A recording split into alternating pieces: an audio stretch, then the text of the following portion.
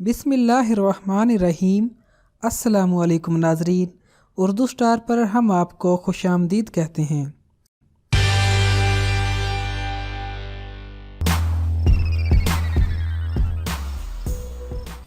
नींद इंसानी जिस्म के लिए बिल्कुल उसी तरह ज़रूरी है जिस तरह हवा, पानी और खाना लाजमी है। रात को नींद तो हर कोई लेता है और 6 से 8 घंटे तक सोना अगले आने वाले दिन के लिए तरोताज़ा करके तैयार कर देता है, मगर इसके साथ साथ दोपहर के खाने के बाद चंद मिनटों की नींद, जिसको कैलूला भी कहा जाता है, इंसानी जिस्म और दिमाग पर किस तरह असर अंदाज होता है, इसके बारे में हम आज आपको बताएंगे। नंबर 1, रात के 8 घंटे की नींद दोपहर के आधे घंटे की नींद के बराबर है। जदीद तहकीकात के मुताबिक दोपहर के खाने के बाद सिर्फ आधे घंटे से 1 घंटे तक की नींद इंसानी दिमाग को इतना चार्ज कर देती है जितना कि रात के 8 घंटों की नींद के बाद होता है। यही वजह है कि जापान में सरकारी तौर पर दोपहर के खाने के बाद हर दफ्तर में मुलाजमीन को आधे घंटे के लिए सोने का वक्त दिया जाता है और तहकीकात से ये बात साबित है कि इस तरह मुलाजमीन के काम करने की इस्तात में वाज़ेह फर्क देखने में आया है। नंबर 2, दिल के दौरे के खतरात को कम कर देता है। सनती तरक्की के दौर के आगाज के बाद से